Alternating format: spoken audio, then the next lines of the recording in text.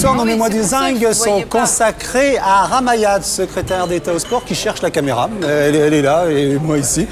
Bonsoir, Ramayad. Alors, on va parler avec vous de cette lettre à la jeunesse chez Grasset. Alors, j'ai l'impression, en ce moment, compte tenu des événements, cette lettre à la jeunesse, il faut la porter dans la rue. Eh bien, écoutez, c'est une coïncidence, une sacrée coïncidence, mais effectivement, quand on lit ce livre, on se rend compte aussi du malaise de la jeunesse depuis 20, 25, 30 ans, puisque c'est plusieurs générations qui sont succédées en termes de chômage, de précarité. C'est effrayant, franchement. Vous avez un constat, vous faites un constat de la jeunesse. Alors, c'est la jeunesse la pire d'Europe, enfin, qui est dans les pires situations. Non, c'est la jeunesse la plus pessimiste d'Europe. Elle n'est pas dans la pire situation, puisque ça, c'est le cas des jeunes Espagnols. Les jeunes Espagnols sont 40% à être au chômage. Et pourtant, ils ne sont pas aussi pessimistes que les jeunes Français.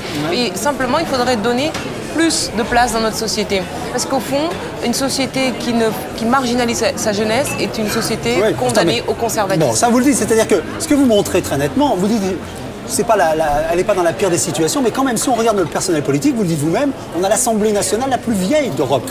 Oui, et un tiers des syndicalistes de la CGT sont des retraités quand même. Alors, mon optique n'est pas de faire un conflit entre les générations, parce qu'il y a une extrême...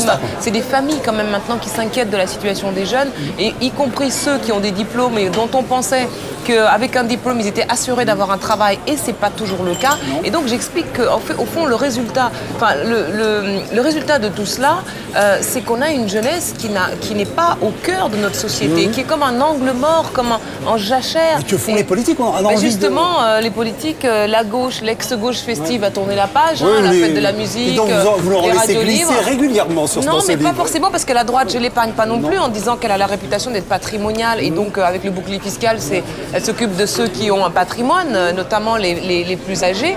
Et donc, entre les deux... Vous êtes de ceux qui remettent le bouclier fiscal en question? Moi, je pense que puisque ce n'est plus tabou, eh bien, on peut peut-être penser à des arbitrages fiscaux en faveur des jeunes. Bon, c'est un terme pudique, arbitrage fiscal, pour dire qu'il faudrait peut-être le supprimer. Mais cela dit, quand vous faites ce constat, moi je sais pas, je suis un jeune, je lis ce livre, je prends un petit coup de bambou, je suis un petit peu déprimé, parce que je me dis, mais où est ma place?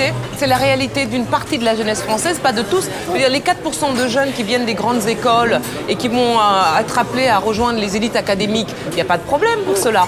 Mais pour les 150 000 jeunes qui sortent de l'école sans diplôme, sans formation, pour les 25% de jeunes actifs qui sont au chômage, pour les 20% de jeunes qui sont pauvres, c'est pas évidemment 100% de la jeunesse, mais c'est quand même une fraction souffrante de la société qu'il ne faut pas négliger. Et je considère que c'est à cause de cela que peut-être que notre pays est un peu mal à l'aise sur la scène internationale, qu'elle a la nostalgie de sa grandeur passée. Je pense que oui. Vous faites référence à De Gaulle quand même. Mais on se coupe de l'élan vital. La jeunesse, c'est l'élan vital d'un pays, c'est l'audace, c'est la créativité, et on se prive de ça. Et résultat, on n'est pas conquérant. Ramayad, vous êtes gaulliste?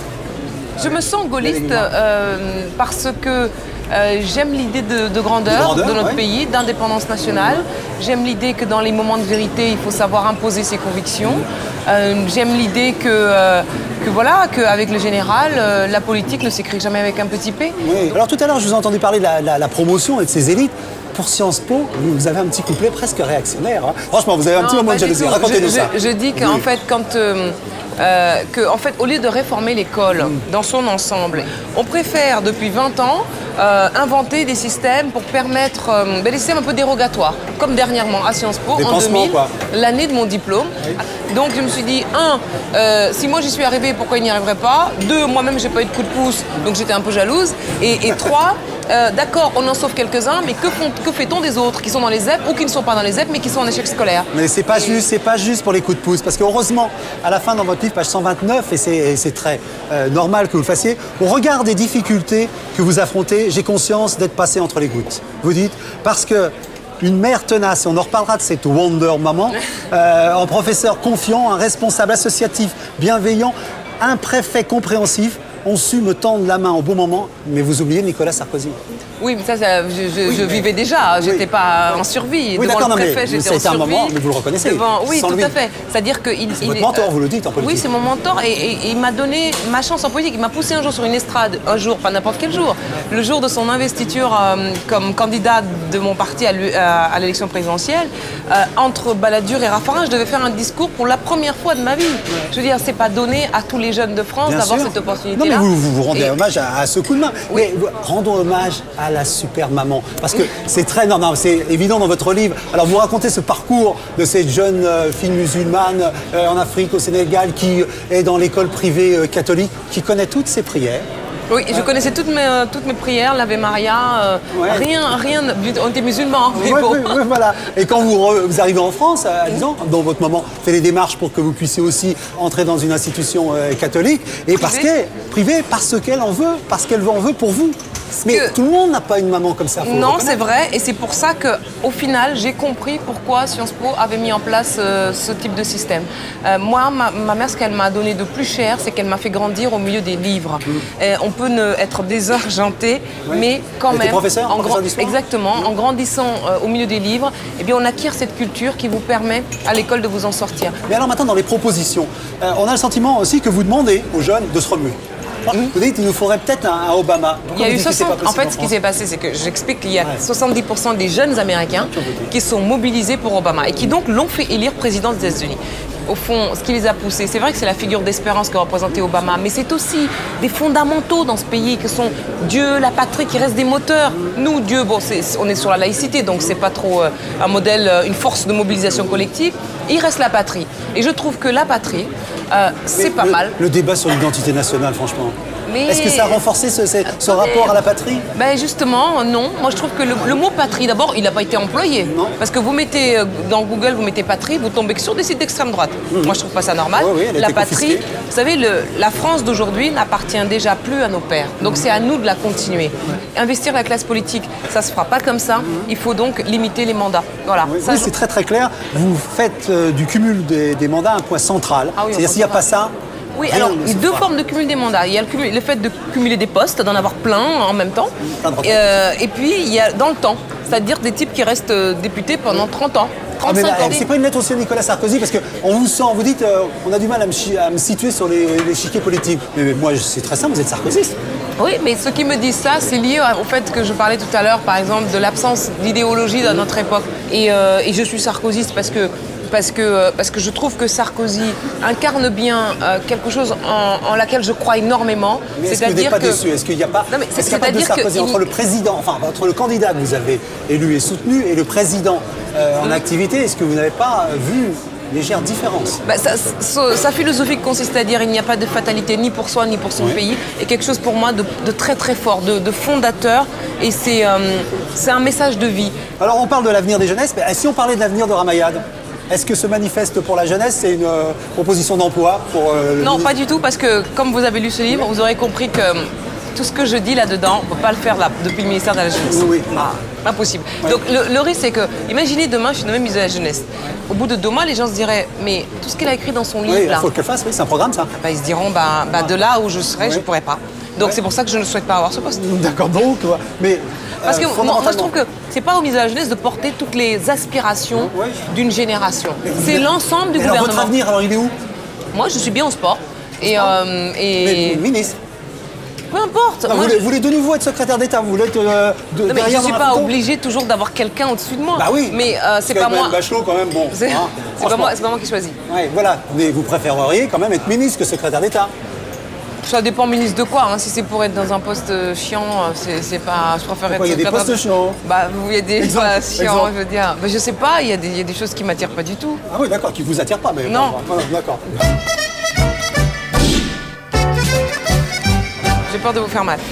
Et hop. Ce punching ball, c'est l'occasion pour notre invité de venir sur un sujet d'actualité qui l'a intéressé, sur lequel elle veut intervenir, peut-être pousser un coup de gueule. Des coups de gueule, j'en ai eu quelques-uns. Mais je ne sais pas si c'est des coups de gueule, c'est plutôt l'expression de conviction. Ouais. Je veux dire, la politique, elle meurt de la langue de bois. On ne peut plus rien dire, on ne peut plus rien penser. Du coup, on fait tous des lapsus. Vous voyez, vous êtes sur Facebook? Ouais, j'ai un Facebook, oui. Ouais, et donc ça, vous j'ai un blog. Vous arrivez à contrôler ce qui se passe sur Facebook? Je contrôle pas tout. Sur mon blog, j'accepte tous les commentaires, même des insultes ou même quand on me dit qu'on me critique. Mon blog, c'est mon espace de liberté. C'est-à-dire que je peux me permettre de dire des choses dedans sans l'autorisation de personne. Voilà. Alors bon, qu'est-ce que vous avez choisi comme sujet dans l'actualité sur lequel vous avez envie de réagir? Le prix Nobel de la paix chinois, Liu Xiaobo, qui est un intellectuel dissident chinois à qui on vient de décerner le prix Nobel. Qui est en prison. Et donc, je trouve que c'est un message très fort du comité Nobel Et je trouve que c'est une manière de dire aussi qu'on pense aux hommes et aux femmes qui, effectivement, vivent une liberté d'expression n'est pas complète et qui vivent des moments difficiles et que... Mais vous comprenez que les Chinois aient le sentiment d'une ingérence dans leur politique nationale? Moi, je trouve pas, parce qu'à partir du moment où on est dans un système international, où il y a des instances internationales, où il y a une justice internationale, où la Chine elle-même est une puissance à vocation mondiale, la puissance suppose aussi la responsabilité. Et donc on est jugé par ses pairs. Quand la France mène une politique vis-à-vis des Roms et publie une circulaire sur les Roms, excusez-moi, mais Viviane Reding, elle s'exprime, oui, voilà, oui. la commission, elle s'exprime, les députés s'expriment. Personne en France, au gouvernement, n'a dit que c'était de l'ingérence.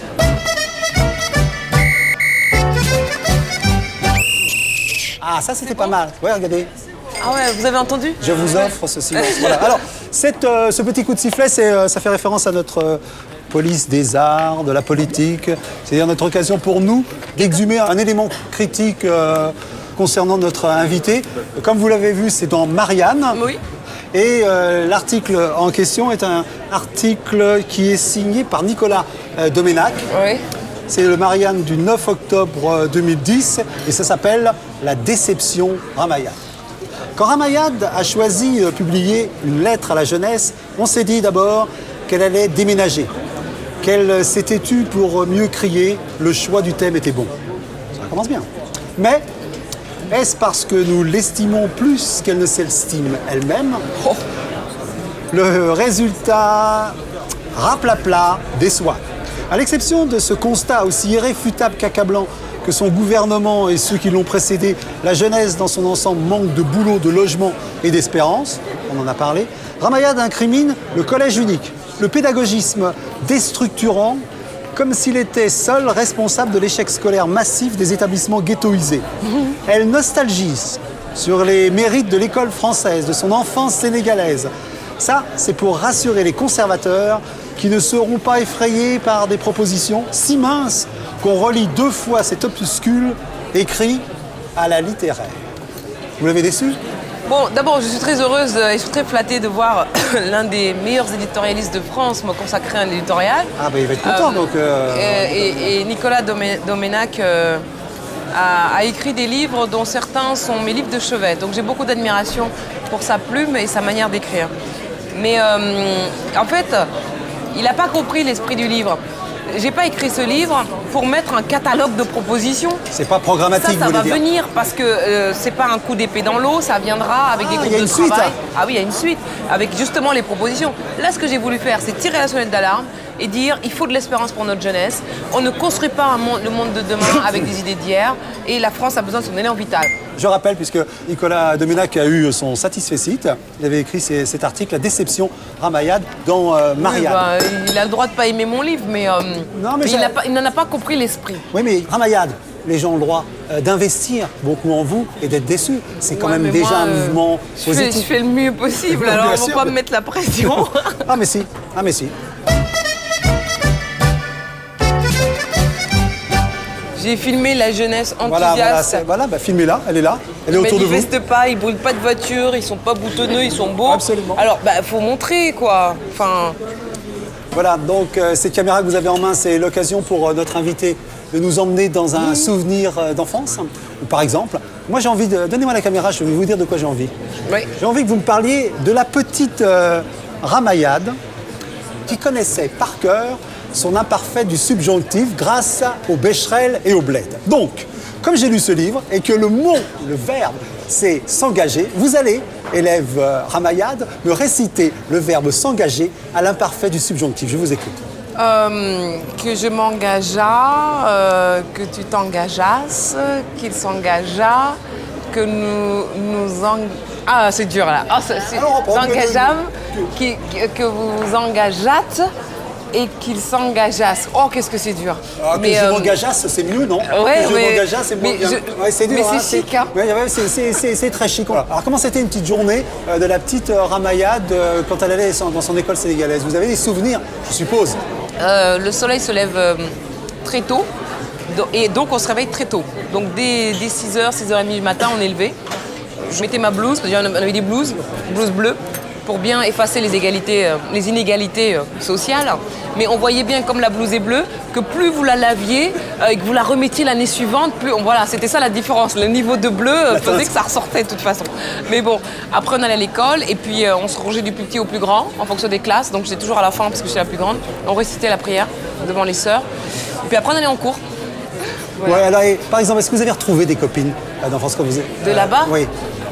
Ou à Facebook, des relations, des voyages en Afrique? Non, mais en fait, les camarades avec qui j'étais en classe en France, je les vois toujours. Oui. Donc, on ne s'est jamais vraiment quittés. À Colombes, là-bas? Oui, tout à fait. En bas de la cité, avec les Zoulous, vous en parlez de ça comme ça? Oui, mais enfin, il n'y avait pas que la cité. Non, c'est-à-dire qu'on vivait dans la cité, et c'est vrai qu'il y avait à l'époque, on appelait les Zoulous. Oui, aujourd'hui, ça a changé, je ne sais plus comment on appelle, mais... et donc, on faisait du basket, on écoutait du Zouk Love, on adorait ça. C'était à l'époque de Patrick Saint-Éloi. C'était Patrick. C'était vraiment à l'époque où... C'est-à-dire, on s'échangeait les cassettes qu'on s'échangeait sous le manteau, c'était pas... Il y avait le rap, et il y avait le Zouk Love. C'était notre petit truc à nous. Et puis l'école, c'était une école privée beaucoup plus... Juste un petit détail. C'est vrai que c'est Doc qui a fait votre éducation sexuelle sur Fun Radio? Non, mais j'écoutais des choses que les parents ne me disaient pas. Oui, les gens les parents ne disent rien. Ouais. Donc il faut bien que vous ayez des renseignements d'une manière ou d'une autre. Et il n'y avait pas Internet. Doc se dit, c'est moi qui ai fait l'éducation sexuelle de Ramayad. Bon, qu'est-ce qu'il en sait? Mais franchement, je trouvais ça bien. C'est les radios libres. Voilà, absolument. Voilà, c'était un petit coucou à toute cette époque-là. Ramayad, permettez-moi de vous faire ce cadeau. C'est Basquiat, le catalogue de l'exposition. Je crois que vous aimez tout simplement. Ah oui, vous ne pouvez pas me faire plus plaisir. Comme disait je ne sais plus qui, pour mourir beau, il faut mourir jeune. Il est mort à 27 ans. Voilà, mais ce n'est pas ce qui vous est conseillé à la jeunesse dans ce livre. Ramayad, Lettre à la jeunesse, ne mourrez pas jeune, vous avez encore beaucoup de choses à faire. Et d'ailleurs, Ramayad vous y engage. C'est chez Grasset. Ramayad, en tout cas, merci beaucoup pour cette rencontre. Merci à vous. Merci.